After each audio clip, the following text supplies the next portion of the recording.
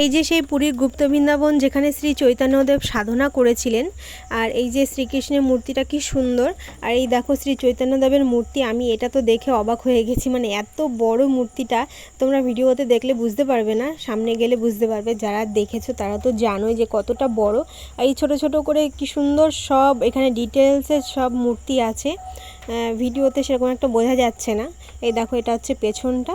মানে শুনেছি আর কি এখানে গিয়ে যে এখানেই শ্রী চৈতন্যদেব সাধনা করেছিলেন, শ্রীকৃষ্ণ এখানে লীলা করেছিলেন এসে, মানে অনেক কিছুই শুনেছি। আর এই দেখো, আর এখানে ভোলে বাবা সাধনা করছেন। আর এই তার পাশে শিবলিঙ্গ, একটা বড় শিবলিঙ্গ। আর ওই যে দেখতে পাচ্ছ, ওই যে ওটা হচ্ছে কাঁঠাল, কিন্তু মাটির কাঁঠাল, সত্যিকারের কাঁঠাল না। আর এই যে বুদ্ধদেবের মূর্তি, মানে সব দেবতার মূর্তি আছে, আরও অনেক কিছুই আছে। আর ভিডিওটি ভালো লাগলে অবশ্যই সাবস্ক্রাইব, লাইক, শেয়ার, কমেন্ট করে পাশে থেকো। আর এখানে গেলে সত্যিই মানে মন ভালো হয়ে যায়।